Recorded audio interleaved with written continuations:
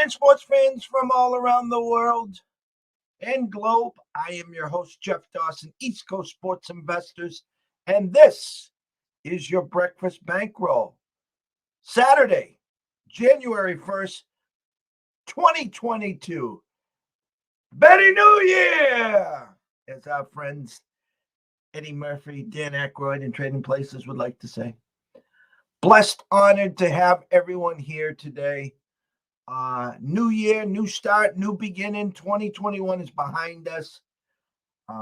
What we try to do here is to educate, not entertain, always remain positive, and that's what we're going to do. We're going to keep chugging and chugging and chugging and chug some more. We call it a marathon here, not a sprint. It is a grind times 1,000 times 1,000. Today is a special day. Today marks the 7th year anniversary, for East Coast Sports Investors. On January 1st, 2015, our first day of public service on social media. Same face, same name, same brand, same logo, same everything. The only thing that has changed is my hair got a little grayer. I've lost a lot more strands, but we're excited. We're happy to be here. We're happy that you are here. So today, I'm going to bring my co-host on, someone that has been with me nearly since day one, a great, great friend, a part of our family. He gets the warm weather, I get the cold weather, and that's okay, though. That's okay, but we'll discuss that later. From the Palm Tree State himself, the man, the myth, the legend, the one and only Mr. Scott E. Webb. Scotty, my brother, Happy New Year.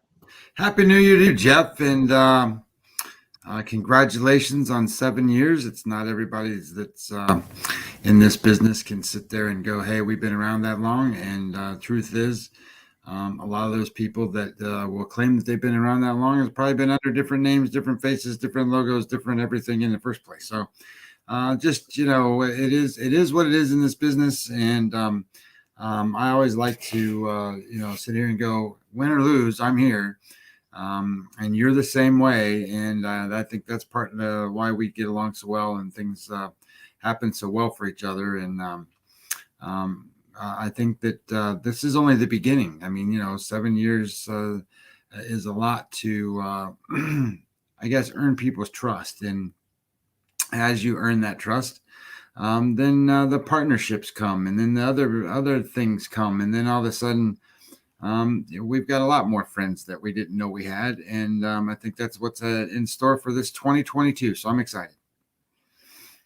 I couldn't be more excited. A lot of irons in the fire. You and I have talked to. We're blue in the face. A lot of big opportunities about to happen. When, I don't know. The man upstairs knows, and it will take. When it's time, it's time, and that's a simple process for complicated people, as we like to say. But we enjoy what we're doing. We stay in our lanes, and there's enough irons in the fire to create this inferno, which I think will be creating real soon, which we already have laid the groundwork anyway. So it's all good. Like you said, I said, there's a bazillion of these people out there. The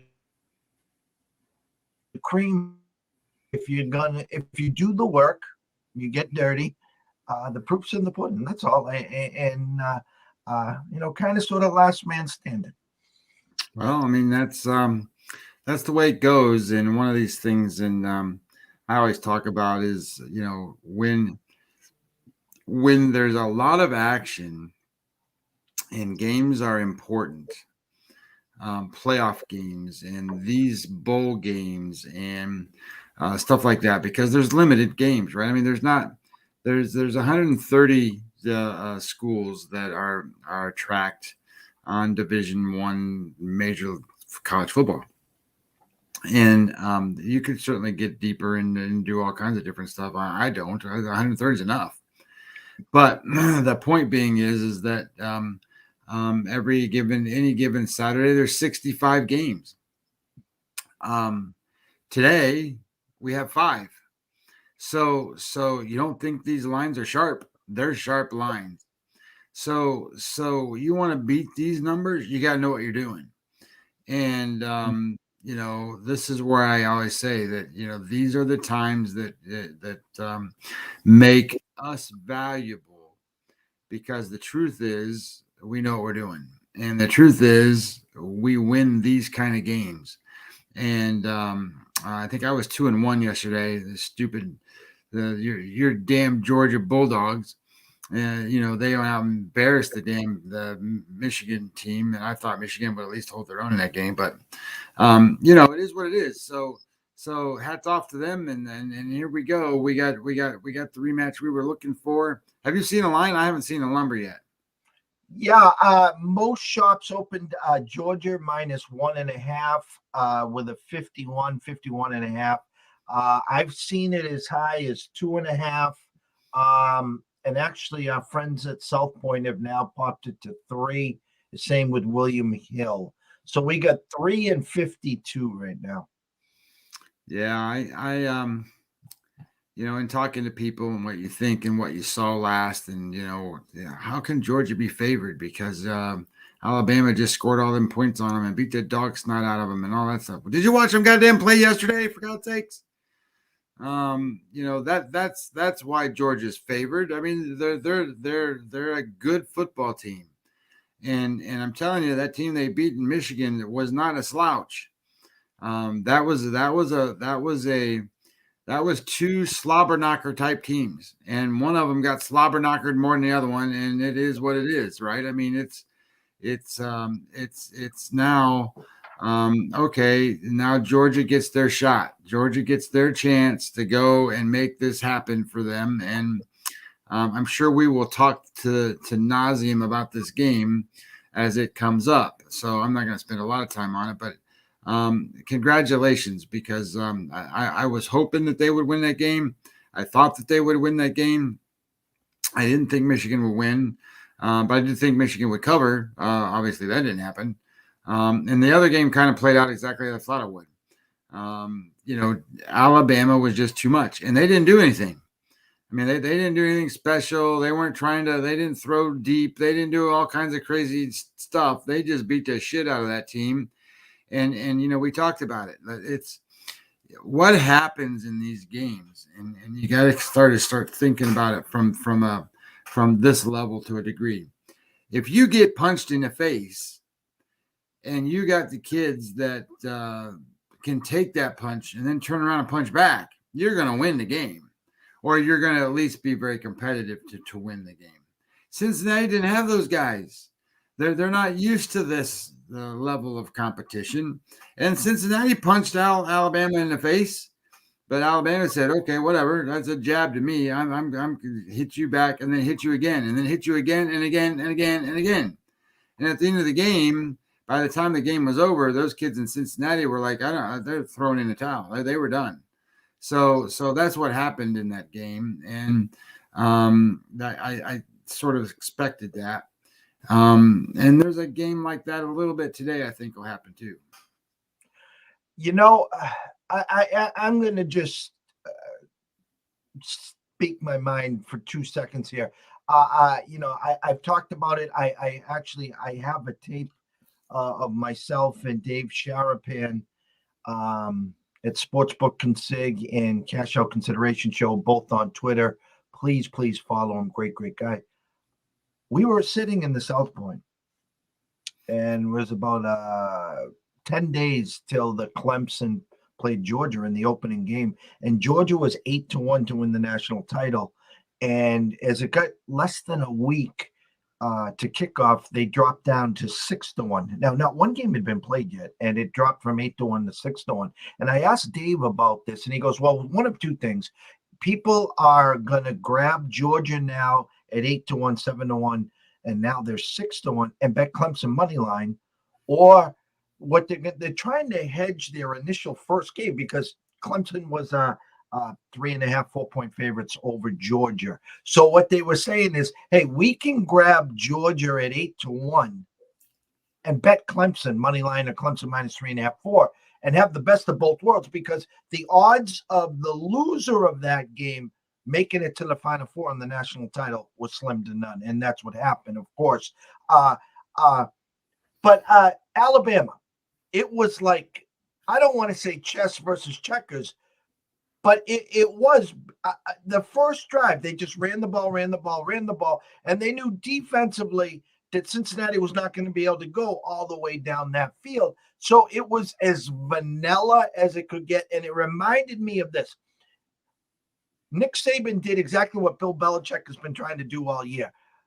Win with defense, run the shit out of the ball, and have your quarterback not make mistakes. And he did it. And as for Georgia, Michigan, unfortunately, the game was won in the first quarter. Michigan, the only thing they won yesterday was the toss. And they deferred. And here comes Georgia right down the field, 7-0. Michigan gets a couple first downs, and then they get a drop, and then they get 4th and 3 from the 41 of Georgia. Another bad pass. And listen, Stenson looks like the Heisman, the greatest quarterback in the history of football yesterday. Okay, this was the Georgia team that I expected to play Alabama the first time. But as we talked about on the show, it was Alabama's sense of urgency. They had to win to get in. Georgia was already in. They weren't going to open up the playbook. They're like, hey, listen, as much as we want to beat you, we'll see you again if you make it there. So based off of Vegas numbers, right? And Clemson, Georgia was the favorite over Alabama the first time. They're the favorite over Alabama the second time. But Georgia was ranked 4th now. No, they were 3rd or 4th. I can't remember. 3rd, because they had to play Michigan, who got ranked 2nd, right? So what if they followed what Vegas is saying, that Georgia's still the better team, even though they lost? And Georgia was the number 1 seed going into this, and Alabama had to play Michigan. What would that look like? And would Alabama be the team that is still going to play Georgia for the championship, or would Michigan have beat Alabama?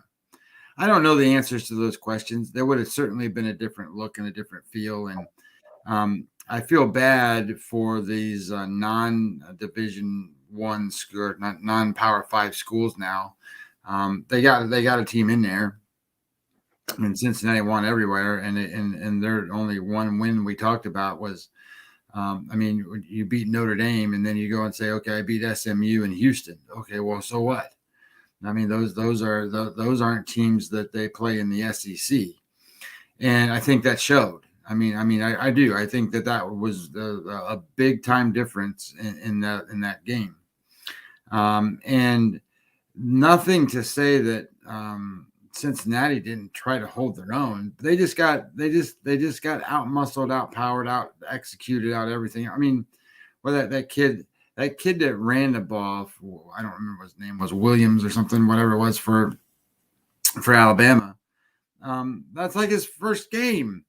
He's like, I'm like, what the hell ever. And if that kid played for Cincinnati, he'd be a star.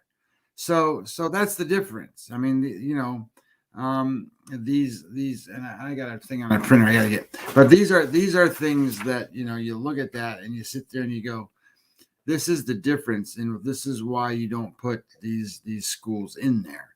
Now, the only way that I think that you should allow these schools to play in this level of competition is if they go to an 8-team or a 6-team, and you get one of those, you can put one in that way, because they'll get knocked out. Do you think Cincinnati would have beat Wake Forest? I don't know. I'm going to just say this, okay? March Madness is maddening because in 40 minutes, anything can happen. In other words, David can beat Goliath. It was always a one has never beaten a 16. Well, it finally happened when Virginia lost. Okay. It can happen. Okay. We have not seen it happen yet in this football. It doesn't matter. So, in other words, if you had 16 teams in here, Alabama's going to face whoever's number 16, and they're going to do the same thing. Or if you had 16 and the top four got a bye, it doesn't matter how you carve this thing up. Okay. And I wanted to make sure I had this on my timeline. Hats off to Cincinnati. Hats off to Michigan. You had a hell of a year. Okay. Okay. And what Michigan did, okay, listen, that Ohio State team was coming in like a damn freight train.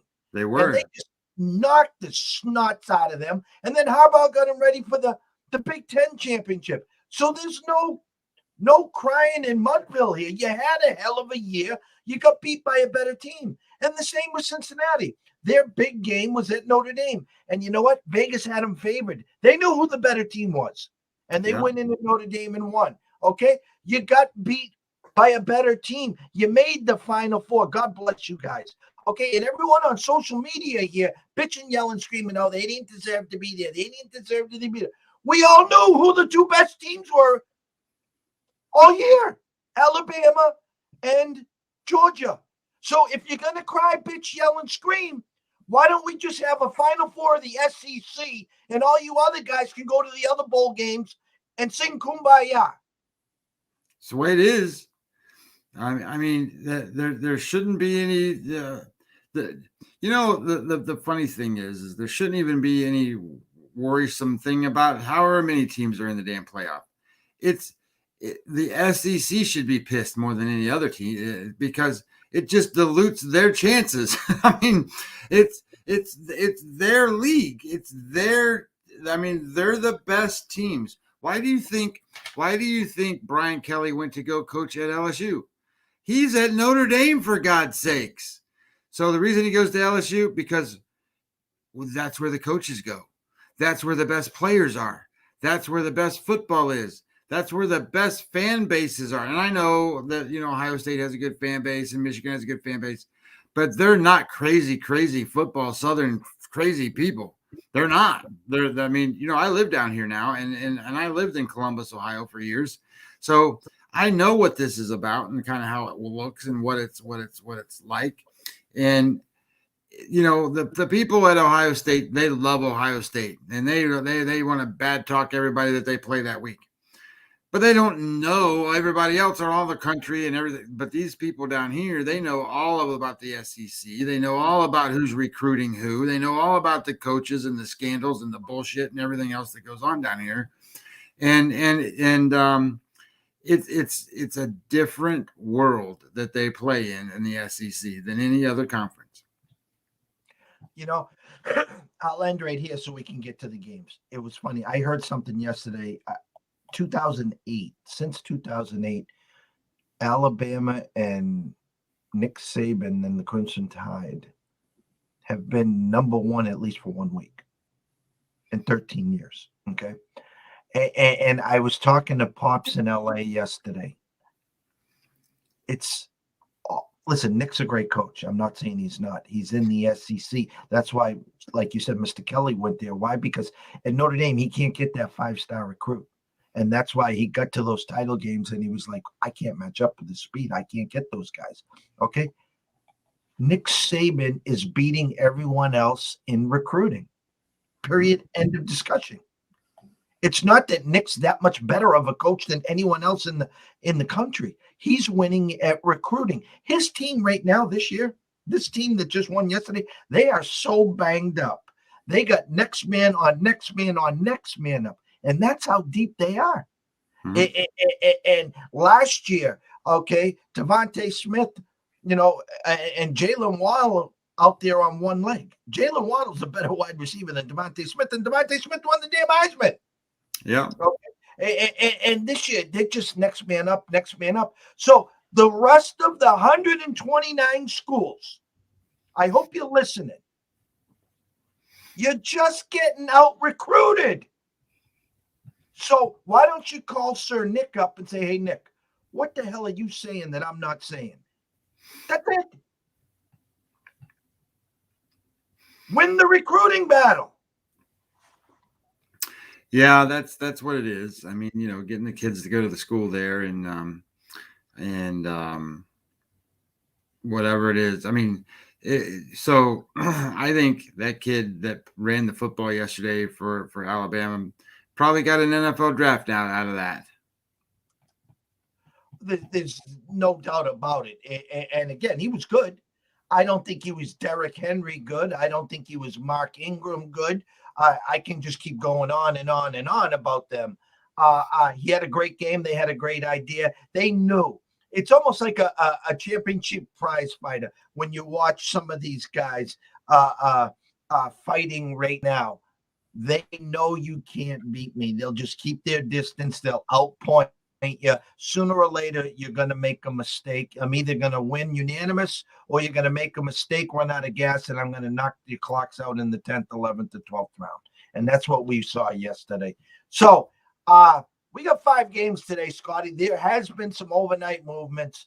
I'll just get everyone up to speed here. 12 o'clock kickoff, 275, 276 on your rotation number. Arkansas, Penn State. Penn State opened up at -4 a couple weeks ago. Now we're getting the SEC, and which we'll hear a lot of today. And Arkansas, 3 to 3.5 point favorite. Under over opened at 45, now at 50 in a hook, and a 51 at South Point. 1 o'clock, Oklahoma State and Notre Dame. Game opened up Notre Dame 2.5, now 1 or a pick. So we've had movement on Okie State, and last night and this morning we had some big movement on Okie State. Now a pick them. Kentucky, Iowa. Iowa opened up -1. Now Kentucky -3, and most likely 3.5 across the Vegas Strip. 5 o'clock, and this one moved early this week. Ohio State has some guys missing and some COVID issues. They opened up 7-point favorites all the way down to 4, and that's the Rose Bowl. That's a 5 o'clock start. And then at 8:45, the Sugar Bowl, Baylor and Mississippi. 2.5 point favorite by Ole Miss. Our friends at Circa now have Baylor at -1. So there's been a lot of movements. These games, these numbers have been out there for a long, long time. So I don't know if you want to start at the 12 because we got about 40 minutes before kickoff. Lighten everyone there. I know you got some games circled. The stage is yours, Scotty. Go at it. I played that game, and I played Arkansas -3. I think it's 3.5 now, right? Or is it? You can probably still get 3 in some places, I suppose. So,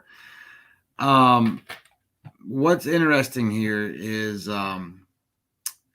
Penn State. I don't know what people know about Penn State, but Penn State can't score. I mean, they don't have an offense.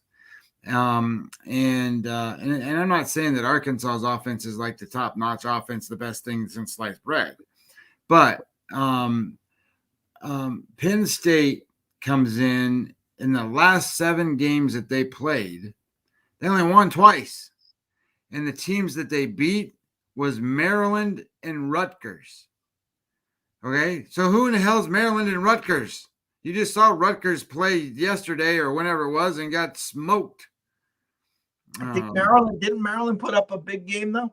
Yeah, they beat Virginia Tech. I think Virginia Tech was. I liked the idea that they played well in that game, but as I started doing a little more digging into that game, I didn't really realize how many players Virginia Tech didn't have.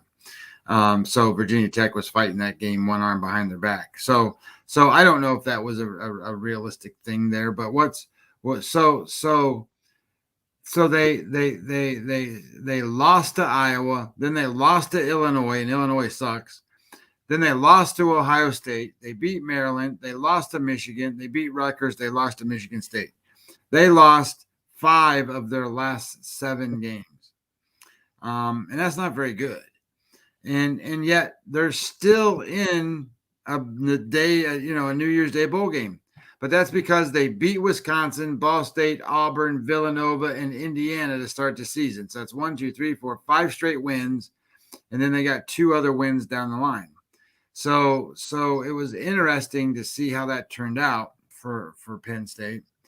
But they're not the team that I think what most people think Penn State is. So Penn State on offense, they rank 95th on offense. They are 128. Jeff, you heard me say this a million times. Out of 130. There you go. There's only 130 schools that they rank. They rank 128th running the football. And they got a quarterback in Sean Clifford, who is 46th in EPA.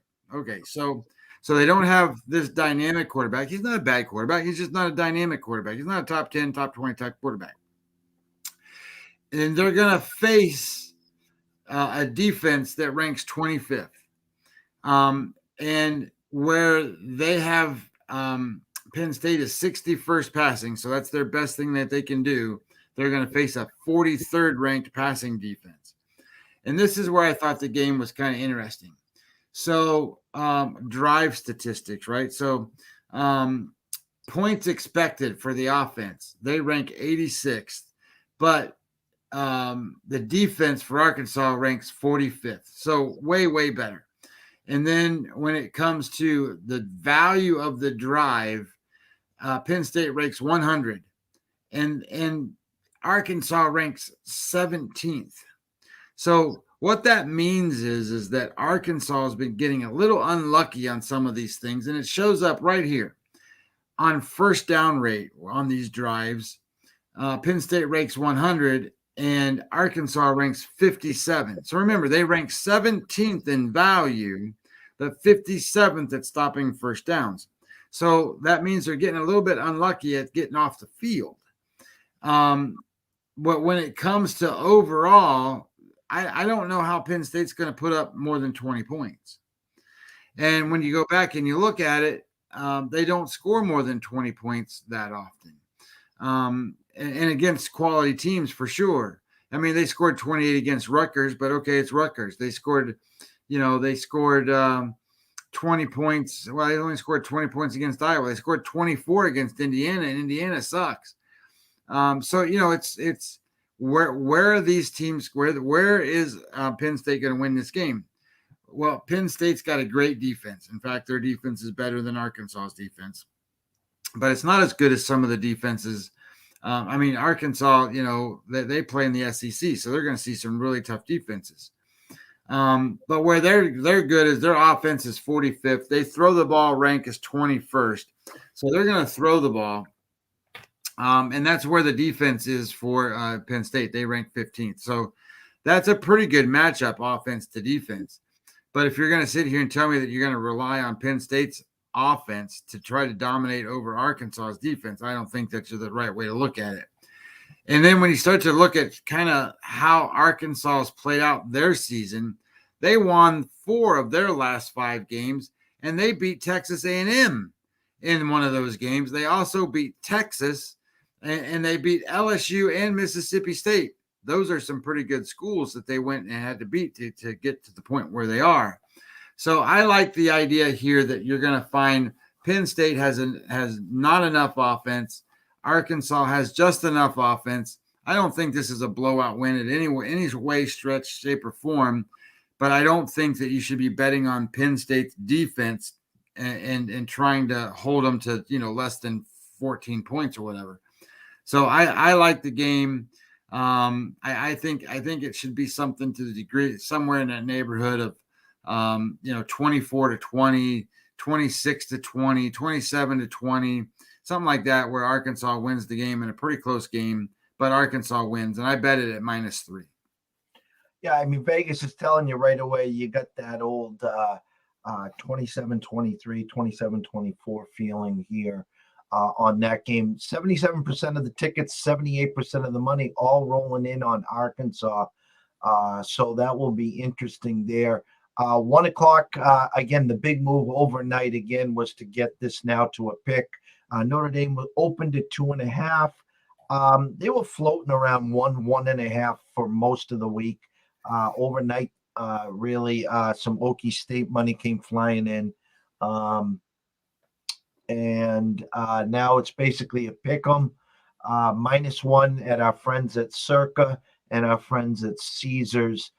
The total at 44.5 is a flat 45 at Circa, 45 and a hook everywhere else. The other 1 o'clock game, again, Kentucky, Iowa, rotation number 279 and 280. Shopping around again, Iowa opening up -1, SEC, Kentucky now on -3, 3.5. A total of opened at 45 and at 45, I'm sorry, 43.5, maybe some 44s. So again, you're looking at that 23-20, 24-20, somewhere in there. Any of the 1 o'clock games float your boat? Well, I'm just going to tell you, I got a lean on Notre Dame. I didn't play that game. I've had so much success betting with Oklahoma State that I don't want to bet against them and root against them anytime, because I've won a lot of money with playing on their defense. But the reason I like Notre Dame is because their offense is slightly better. It's not much better. It's slightly better than what Oklahoma State's is. And Oklahoma State's defense ranks third, and Notre Dame's defense ranks ninth. So, I mean, you're talking about this is a defensive battle, and I think that this is one of those spots that it's, the numbers are too. I mean, it's a pick 'em for the most part, and in theory, this could come right down to the last drive. So, in my mind, I'm staying away from it. But if I were to lean one way, I would lean on Notre Dame side. But I did play the other 1 o'clock game, and this one might surprise you a little bit. Iowa and Kentucky. I got Kentucky. What was the number? Still 3? Is that what it is? 3 -120 at Circa, 3 and a hooks at Westgate, South Point, and Caesars. So you can get them at 3.5. I took Iowa plus the 3.5 today, and it's going to sound really silly because of what I just said about Penn State. Because Penn State can't score, and neither can goddamn Iowa. They can't score either, for God's sakes. They okay, here we go. The 130 schools. They rank 123rd on offense. I mean, they're only 7 schools worse than Iowa on offense. But that was a golf clap. Yeah. But on defense, they rank 7th. So, and I know like Kentucky's kind of known for having a pretty decent offense and having a pretty good defense. But what kind of interested me in this game is that I don't know.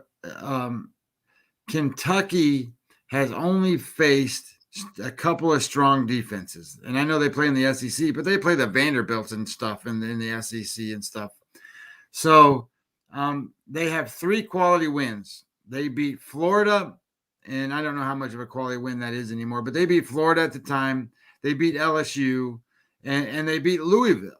Okay, well, those aren't like major top-notch wins. And when they faced tough defenses, so they played South Carolina, which is a tough defense. Florida's a pretty tough defense. Mississippi State's a pretty tough defense, and they played Georgia. When they played those 4 teams, their average offensive output was 16.5 points.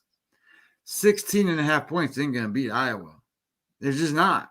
And I know Iowa can't score, but they can score more than 16 damn points.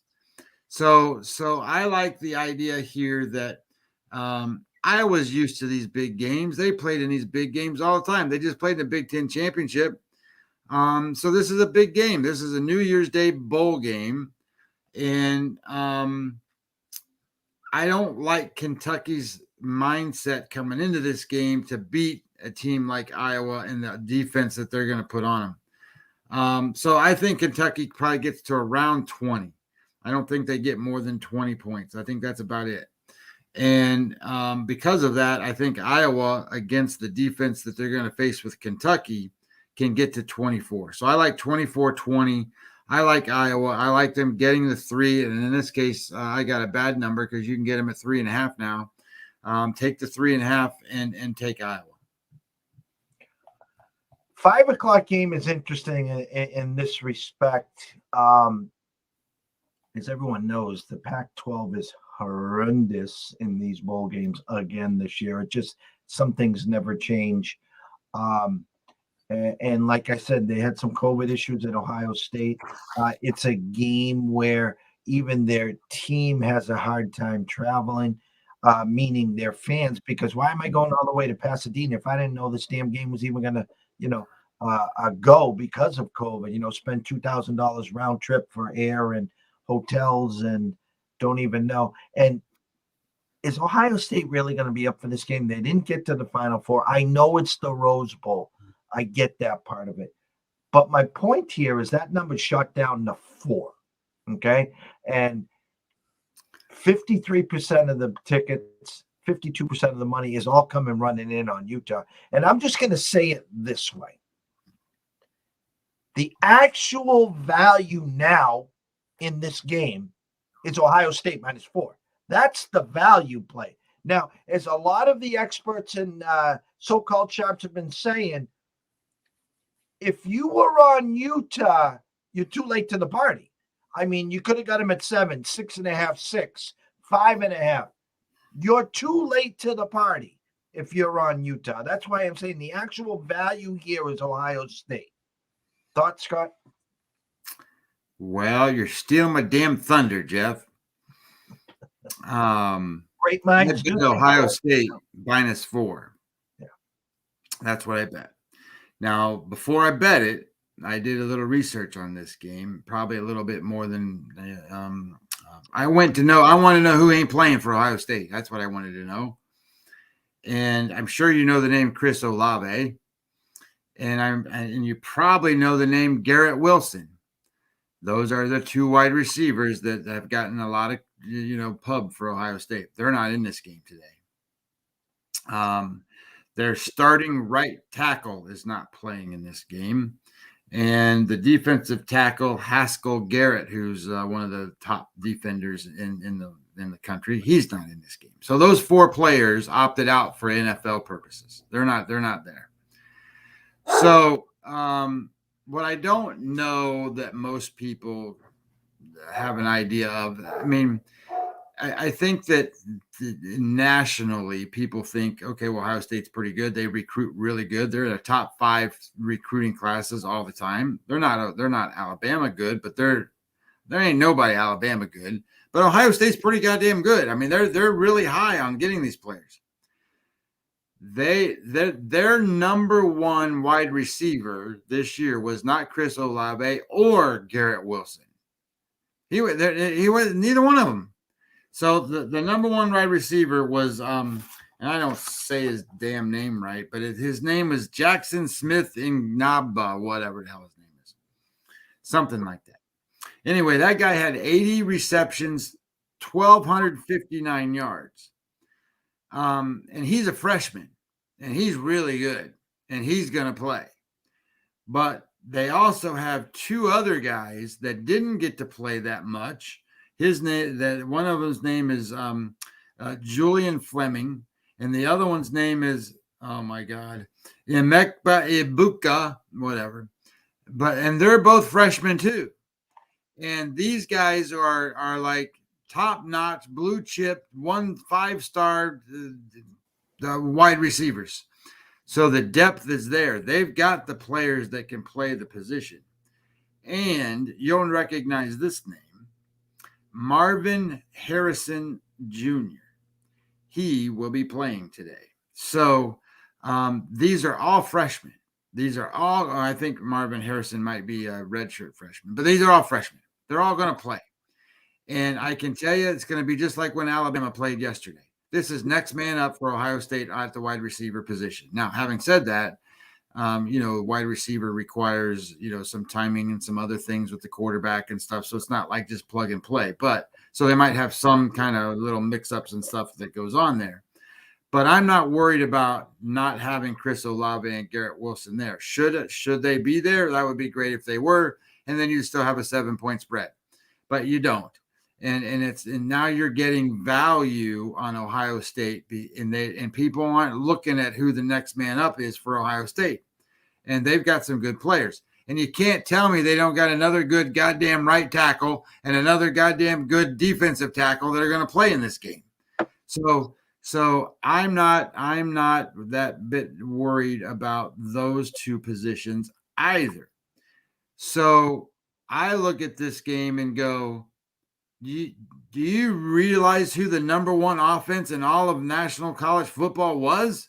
It's Ohio State. They put up 550 yards a game. That's a lot of yards. They put up a lot of points. They scored over 50 points, I think, 5 times. So this is a team that can play football. This is a team that's going to go against a team than Utah. Do you see Twitter and Utah got this new helmet logos and shit? Did you see those? They got the their normal. I'm skipping my hands out here to the damn I can't even find that. There it is. They got a U, right? So now they put another U in there, and then they got a rose that goes through there. That's going to be their logo. You know when the last time Utah went to the Rose Bowl is, Jeff? No. They ain't never been there. So now you got a team that's going to the Rose Bowl. First time they ever been there. They're just all high on life. That's what they are. They're high on life. And I get it. Everybody's like, well, Ohio State doesn't want to go out west and play in the Rose Bowl, and they don't want to do this and they don't want to do that. Well, you got to remember who's playing. These are kids that didn't get a chance to play all season. These are kids that are going to want to go out there and play. These are going to be the kids that are wanting to do well. And the quarterback for Ohio State, it kind of surprised me, C.J. Stroud, he threw 5 interceptions and 38 touchdowns. I knew he threw a lot of touchdowns, but I thought he threw more interceptions than that. He didn't throw very many interceptions. And he is, we talked about it yesterday on the show a little bit, the QBR number that ESPN puts out, which puts in a lot of different other things that I look at. I like to look at the EPA number. He's ranked number 1. So I wouldn't have figured him to be the number 1 quarterback on QBR, but he is. He's the number 8 quarterback on EPA. So I don't think Ohio State's going to have any problem putting up points. Sure, they have the defense like Michigan and Iowa and Wisconsin and these teams. They don't. Their defense is probably what's kind of held them back a little bit this year, but they're very, very young. And what that means is, for those of you who like to look at futures, start looking at Ohio State next year, because God darn, they're going to be really good, because their running back, he's a freshman too. So all these guys are going to be really good. So let's talk about Utah for just a minute, because they're a good football team. But do you realize that Utah has lost 3 times this year? And do you know who they lost to? They got beat by Oregon State. They got beat by San Diego State. And they got beat by BYU. None of those teams would hold any kind of anything to Ohio State. The only thing that Utah can claim that they have kind of an edge on with Ohio State here is Utah beat the shit out of Oregon twice, and Ohio State couldn't stop them. So that's kind of a weird thing, and maybe it's just a matchup thing or whatever it is. But I like Ohio State here. I think Ohio State actually wins this game. I don't want to say going away, but I think they win by 10 points in this game. I like them. I think they're a good value, like you had talked about. And this little sheet of paper that I said was on the printer, you know what that is? That is the conference bowl records so far for the season. And when you go down and you look at what the Pac-12 is, they've had 4 games. They've won 0. They haven't won any of those 4 games. The Big Ten's had 7. They've won 5. They've won the most games, tied with the Mountain West. The Mountain West is 5-1 in these games. I don't think the Mountain West has any teams left, so that's where they're going to stand. It was interesting. The SEC this year is 3-5 in these games. So I like Ohio State. I think they're the best value here in that game. And, the only thing that kind of bothers me about the game on the Ohio State side, Utah's going to play a lot like Michigan did. They're going to be a physical team. They're going to be a smash in the mouth team. It's just going to see how Ohio State reacts to that. I agree. I agree with everything there. And again, I think in a lot of these games too, you can see early and you can kind of know right away if you're on the right or wrong side. Now, I'm not a big advocate for in-game plays. I do talk about second half numbers, but anyone that's watching or listening here that is an in-game player, you can keep an eye. Like I said, you could tell right away Georgia was the right side against Michigan. You could tell right away, even though Alabama was more like, again, it was like paint dry in my eyes. I put something on my timeline late in the second quarter, like, okay, what are they holding back to the second quarter to stretch the field and go deep? And then it was like 2 minutes later, or the 2 plays later, actually, they go deep for the touchdown before the half. But you can see right away. So if you didn't like a number, for instance, let's just say for poops and giggles, you like Arkansas, you didn't want to lay the 3. Well, Penn State comes down and scores a field goal to start the game, or they go up 7-0. You might be able to jump in and grab an Arkansas, or just get a feel for the first quarter. That's all. All right. Well, let's wrap this up here now, Scotty. 8:45, rotation number 283, 284, Baylor, Mississippi. Mississippi opened up at 2.5. Now currently a pick 'em. Our friends at Circa -1, and pick them everywhere else. DraftKings has got Mississippi -1. WinBet's got Mississippi -1.5. This is the Sugar Bowl in the Caesars Superdome. Fast track, preseason potential Heisman quarterback.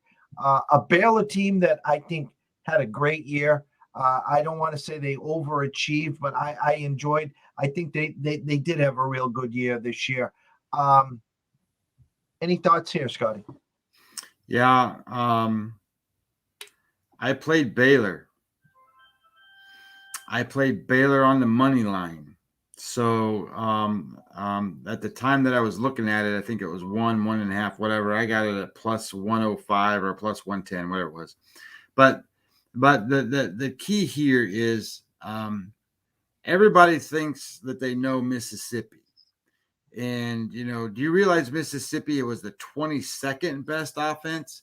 And they're actually a better rushing team than they were passing team. Most people don't really realize that. So then when you start to look at what Baylor does, they're 34th on defense. Okay, so all right, now Baylor has the ball. People don't know who the hell Baylor is. They don't even know anything about Baylor's offense. Well, Baylor, we just said Mississippi was 22nd, and everybody knows about that because Lane Kiffin runs his mouth and talks about stuff on social media, and they throw the ball and they run up there and snap the ball there before anybody can, turn around. But Baylor ranks 23rd on offense. Mississippi's 22nd. And we all know Mississippi can't stop nobody. They ought to be playing in the MAC. So they're 77th in defense. They're 126th at stopping the run. And Baylor is 28th running the football. So I think you're going to find that Baylor handles this game. I think it's going to be a close game. I actually think it's going to be a lower scoring game than people think. I got 28 points for Baylor, 26 points for Mississippi. Did you realize, and what's kind of neat here, Baylor has only scored less than 27 points 3 times. And 2 of those times was against Oklahoma State, who has the 3rd best defense in the country. So they're going to score. I wouldn't be surprised if they score 30 points. And it's funny you say that too, because I was talking to a few colleagues last night, and they talked about Oklahoma State and their Russian defense, and that's why I think again another strong power move on them at 1 o'clock. What does Notre Dame like to do? I know they can pass the ball, don't get me wrong, but they like to run the ball. They're physical, control the clock, yada yada yada, and you're going right into the teeth with Oklahoma State. And then you just talked about that with Baylor. And again, I think Ole Miss. I think if I remember correctly, their first game they were on the first weekend. They were on a Monday night. They were 9-point favorites opening night. Let's see if I can get back there. My brain. They were 9-point favorites over someone, and the under over was like 71, 72 or something. And I'm drawing a blank. They played Louisville. They were -9, and the total was 74.5, and they blew them out 43-24. Yeah, I can't remember what I had for breakfast this morning, but yet I can go back to late August, early September. It's mind-boggling. September 6th. Yeah, exactly. All right, Scotty. We've put in a great show here to start the first year, almost 1 full hour. I want to thank everyone here. First of all, listen, it's 2022. Do us a favor here, please. Okay, go over to YouTube, subscribe. Quick review if you got a second. Go over to Twitch, both at East Coast Sports Investors. Turn on your notifications. Ask us questions. Send us an email at eastcoastsportsinvestors@gmail.com. Okay. We want. I don't mean to interrupt you, but I just wanted to say this one thing. I've been catching these guys that do these music reviews and stuff. These the first time reactors.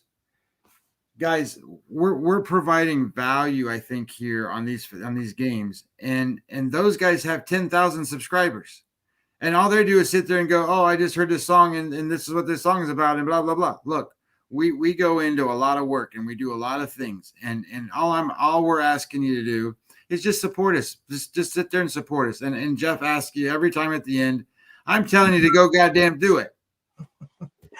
And that's my point. East Coast Sports Investors on YouTube and Twitch. We got some big stuff brewing over there. Scotty, just quickly for everyone here that's just jumping on now, give them your plays for today, please. Yeah, I played Arkansas -3. I think you can still get them 3.5. I played Iowa +3. I played Ohio State -4, and I played Baylor on the money line. And I'll be throwing out a lot of information on my timeline throughout the day and afternoon, early evening, as I'm watching the COVID list grow and grow. At least it looks like they're going to get these bowl games off. So new day, new start, new beginning, new year. Okay, guys? Everyone here, always remember this. When wagering, wager with your head, not your heart. If you have a problem, pick up the phone. There's an 800 number. Please, please, please ask for help. Why? Because we care. We want to see you here in January, February, March, April, May, June, August, November, and December, in 2023 and beyond. From myself, Jeff Dawson at EC Sports Invest, from my co-host, Scott Webb at Webby20MLB. Have a blessed day. Always wager and invest responsibly, and we will see you bright and early tomorrow morning.